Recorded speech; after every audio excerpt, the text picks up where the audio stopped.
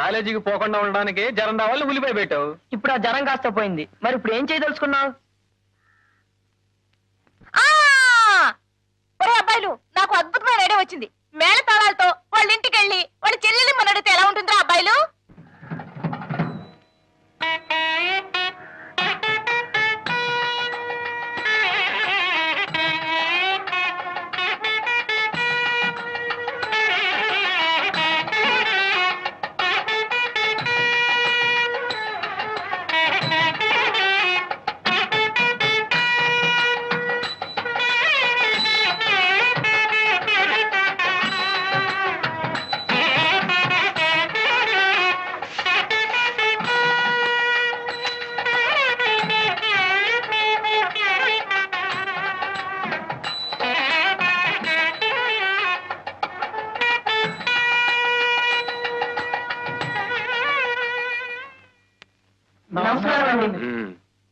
అమ్మా నమస్కారం.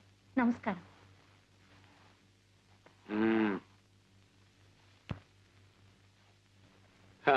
ఏమిటో బాజా భజంత్రీలు హడావుడి ఊరేగింప? ఊరేగింపు కాదండి, మీతో ఒక ముఖ్యమైన విషయం మాట్లాడడానికి వచ్చాం. అలా లోపలికి వెళ్ళి మాట్లాడుకుంటే. నువ్వు చెప్పరా బాబాయ్? చెప్పరా? నువ్వు చెప్పారా అబ్బాయి?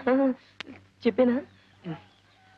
అదండి, అది ఎవరు, అది అలవాటైన పని అయితే ఫటాఫట్ ధనాధన్ తేలిపోయేది, కానీ ఇది మాకు అలవాటు లేని పని కదరా. అసలు ఈ విషయం పెద్దోళ్ళ ద్వారా మాట్లాడిద్దాం అనుకున్నామండి.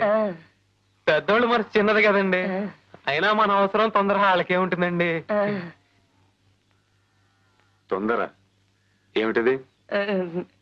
తొందరపడకండి మావయ్య గారు, మనం పెద్ద మనుషులం, సమస్యల్ని శాంతంగా పరిష్కరించుకోవాలి. మనం కూడా చిన్నపిల్లలాగా తొందరపడడం మంచిది కాదు. నువ్వు చెప్పారా బాబాయ్? నేనా? చూడండి, అబ్బాయికి అమ్మాయి నచ్చింది, అమ్మాయికి అబ్బాయి నచ్చాడు. ఇక అబ్బాయి గురించి అంటారా? మావాడని చెప్పుకోవడం కాదు కానీ ఈ చుట్టుప్రక్కల 6 జిల్లాలకి ఛాలెంజ్ మంచివాడు బాగువాడు. ఎస్ సార్, నోట్లో వేరుపెట్టే డోక్కుంటారు తప్ప కొరకడు. ఉభయలు ఇష్టపడ్డారు కనుక పెద్దలుగా మనం తలాస్తూ ఉండడం మంచిది. ఇక కట్న కానుకల విషయం అంటారా, అది మీ ఇష్టం. డేవిడ్ గారు, మా రఘుకి మీ చెల్లె కరుణానిచ్చి పెళ్లి.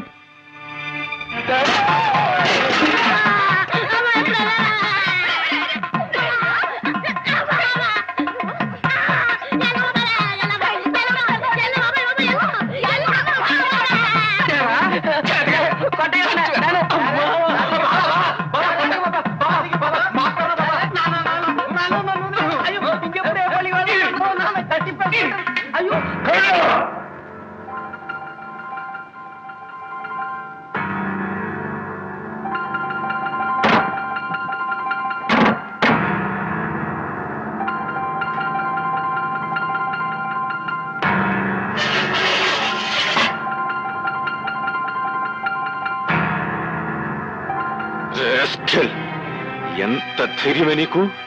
ఆ కుర్ర కుంకల్ని మంటికి రప్పిస్తావా? నిన్నేం చేసినా పాపలేదే. నన్ను చూస్తేనే సింహాన్ని చూసిన లేడి పిల్లల్లా పరిగెత్తే ఆ కుర్ర కుంకలు నా ఇంటికొచ్చి నా ఎదుట నిలబడి నా చెల్లెలు అడుగుతారా? ఇదంతా నువ్వు తెలుసుకోదు. పాపిష్టిదానా, 10 మందిలో నా పొరుగు ప్రతిష్టల్ని బజారుకెక్కిస్తావా? నీకు నడక నేర్పానే, నువ్వు మోజుపడ్డావని ఆటాపాటా నేర్పించాను. నిన్ను అల్లారు ముద్దుగా పెంచి పెద్ద చేశానే, దానికి ప్రతిఫలంగా నువ్వు చేసిన ఘనకార్యమిదా? అలగా జనం ముందు నన్ను తలెత్తుకోలేకుండా చేస్తావా? చెప్పు.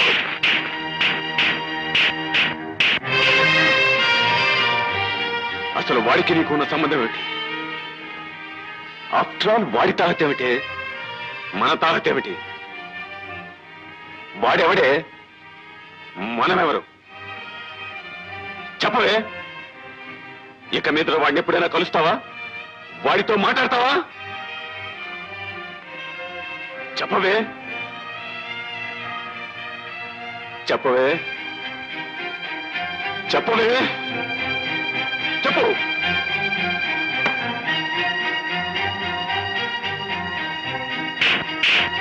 చెప్పవే, నేనెంత గింజుకుంటున్నా బెల్లం కుట్టిన రాయిలా నోరు మీదనే.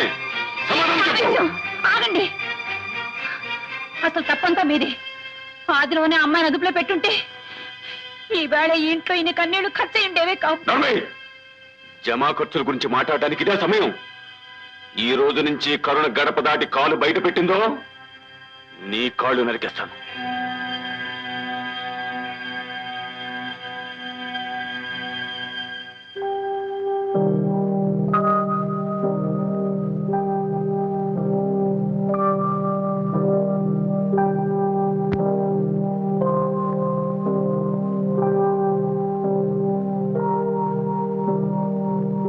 మీ అన్నయ్య నిన్ను గొడ్డును బాదినట్టు బాదినా పులక్కండా పలక్కండా నల్లరాయిలా ఉండిపోయావు.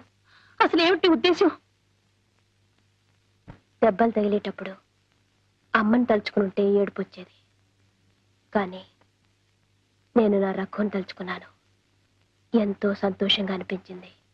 ఆ దరిద్రుడిని మర్చిపోమని ఇన్ని దెబ్బలు కొట్టింది.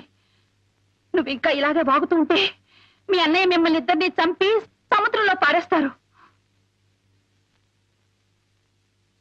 చంపని వదిన, కాల్చి మసి చేసి సముద్రంలో కలిపేయని. అప్పుడు ఆ హద్దు లేని సముద్రమే మాకిల్లవుతుంది. నీకేమైనా పిచ్చి పట్టిందా?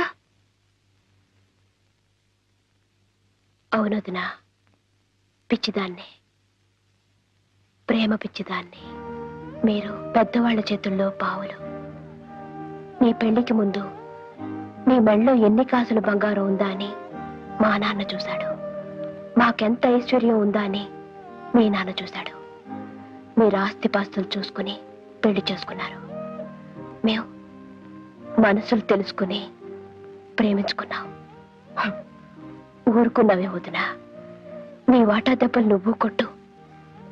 కొట్టినా కోసేసినా సరే రఘు రఘు అంటూ నేను చేస్తాను.